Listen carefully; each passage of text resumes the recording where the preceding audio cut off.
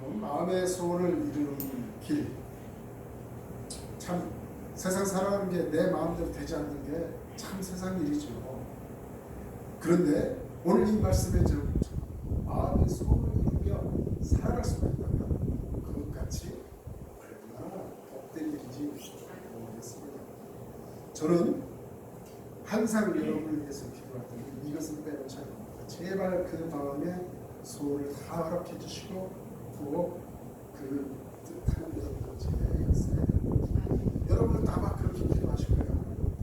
정말 간절히 그 기도할 것입니다. 내 마음에 아무것도 없는데 하나님 앞에 구하지는 않을 테니까 말이죠. 그리고 우리는 이 세상을 살아가면서 내 마음이 움직이는 대로 살아가게 돼 있어요. 내 마음대로 움직이는 대로 살아가지 않는 사람은 자 한 명도 안 됐습니다. 혹시 자기의 의지대로 살지 못하는 분들, 그분들은 혹시 그런 분이 있어요. 간혹 저희 장모님 오늘 그 사람 우리 저 두 남매가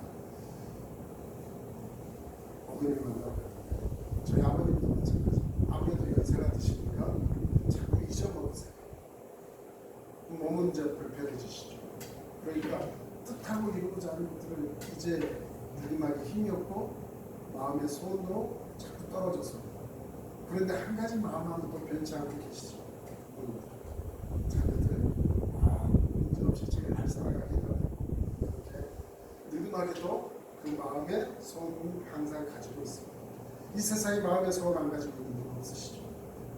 이처럼 우리 하나님을 깊이 만나게 되면 그 마음의 소원은 이루어질 수밖에 없는 것입니다.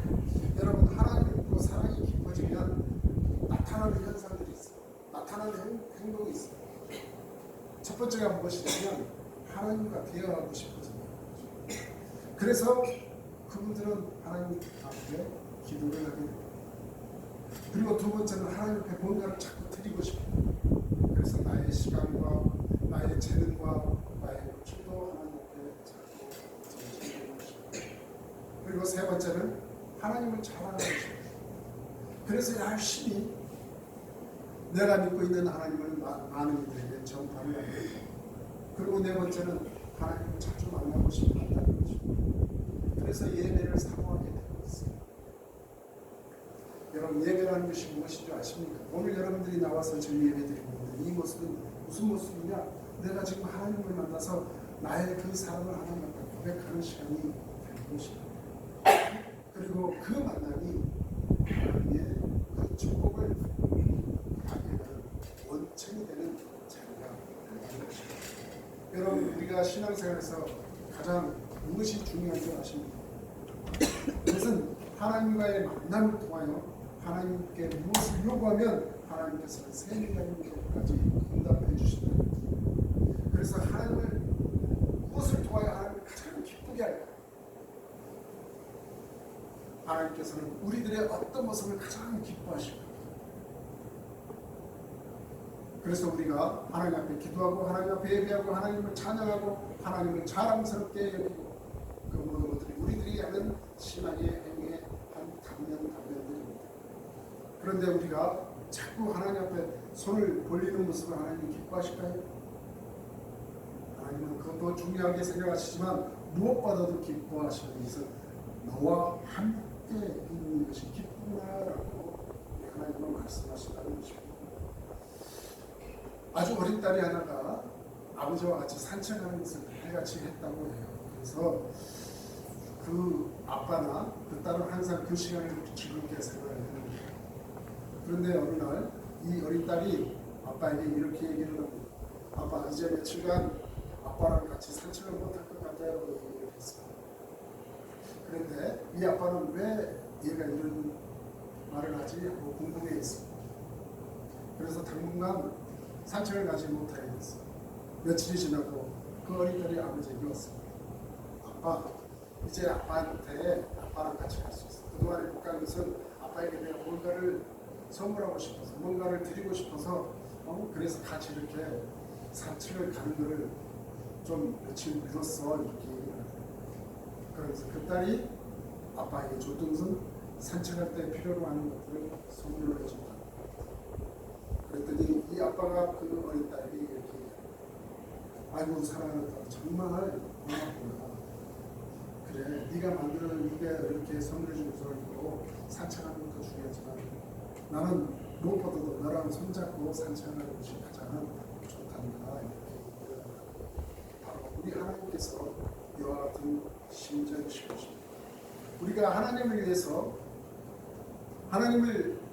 위해서 뭔가 하는 것 하나님께서 기뻐하시지만 여러분들의 이 예배의 자들을 통해서 여러분의 기도를 통해서 하나님께서 또한 기뻐하실 것이라는 것입니다.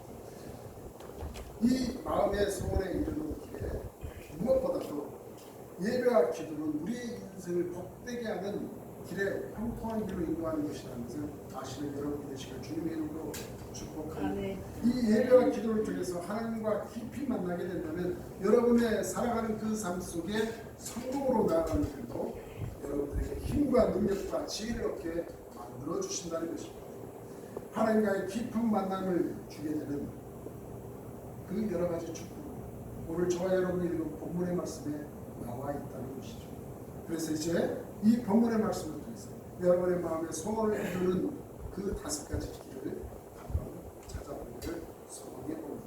첫 번째, 마음의 소원을 이루는 길은 바로 간절히 기도해야 된다는 것입니다. 여러분, 오늘 이 읽은 본문의 말씀의 배경은 무엇이냐면 전쟁에 나갈 그 왕을 위하여 기도드리는 시편입니다. 이 시편에 묘사된 축복 중에서 핵심 축복은 아까 좀 전에도 내가 여러분들에게 말씀드렸던 것처럼 4절에 있습니다. 4절. 내 마음의 소원대로 허락하시고 내 모든 계획을 이루어 주시기를 원하노라 하는 이 말씀의 절. 여러분의 마음의 소원 다 허락하시고 여러분의 하는 모든 계획도 이루어 주시기를 원합니다. 지금 이 전쟁에 임하게 되는 이 왕에게 그리고 이 백성들에게 하나 된 그 마음의 간절함은 무엇이 있었을까? 전쟁에서의 승리를 원하는 것이겠죠. 이처럼 우리는 살아가는 삶 속에 인생의 전쟁을 치르고 있다는 것이죠. 그래서 이 인생의 전쟁에서 항상 승리하고 우리의 품은 그 마음의 소원과 계획을 이루는 그 길, 첫 번째는 바로 간절히 기도해야 한다는 것입니다. 그래서 1편 말씀에 이렇게 나와서 1절의 말씀 환난 날에 여호와께서 네게 응답하시고 야곱의 하나님이 이름이 너를 높이 드시며 라고 말씀이 기록되어 있습니다. 여러분 환난 날 이거는 전쟁들을 얘기합니다.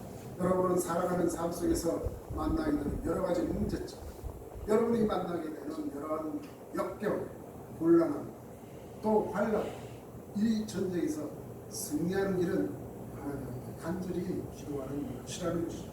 그래서 오늘 본문 말씀에 환난 날에 하나님께서 내게 응답하신다. 이것은 바로 기도를 전제로 깔고 있는 말씀을 우리에게 말씀해 주고 있는 것이죠. 우리는 인생 전쟁을 치르고 있어요. 전쟁.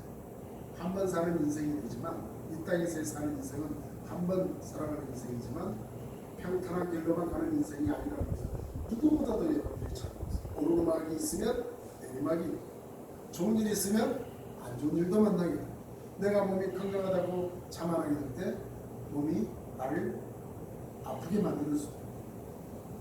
이처럼 성경은 처음 하나님 앞에 죄를 짓게 되는 그 순간부터 네가 수고로이 힘을 써야 네가 먹을 것을 먹게 된다고 말씀했던 것처럼 우리의 삶은 바로 그와 같은 인생이 된다는 것입니다. 여러분 이 전쟁의 승리에서 승리하게 될 때 어떻게 해야 된다고 말씀드립니까? 간절히 기도해야 된다. 그래서 출애굽의 시절에 이 이스라엘이 전쟁을 치를 때 어떤 지도자들이 있었냐면 모세와 아론과 홀이 있었어요. 그런데 아벨락과 전쟁을 할 때 어떤 현상이 있었느냐? 산에서 모세와 아론과 홀은 기도를 드렸어요. 손을 높이 들고 하는 기도를 드렸어요. 그랬더니 이스라엘 백성들이 전쟁을 칠 때 승리하고 팔을 들게 힘들어서 내리게 되면 전쟁에서 지는 거예요.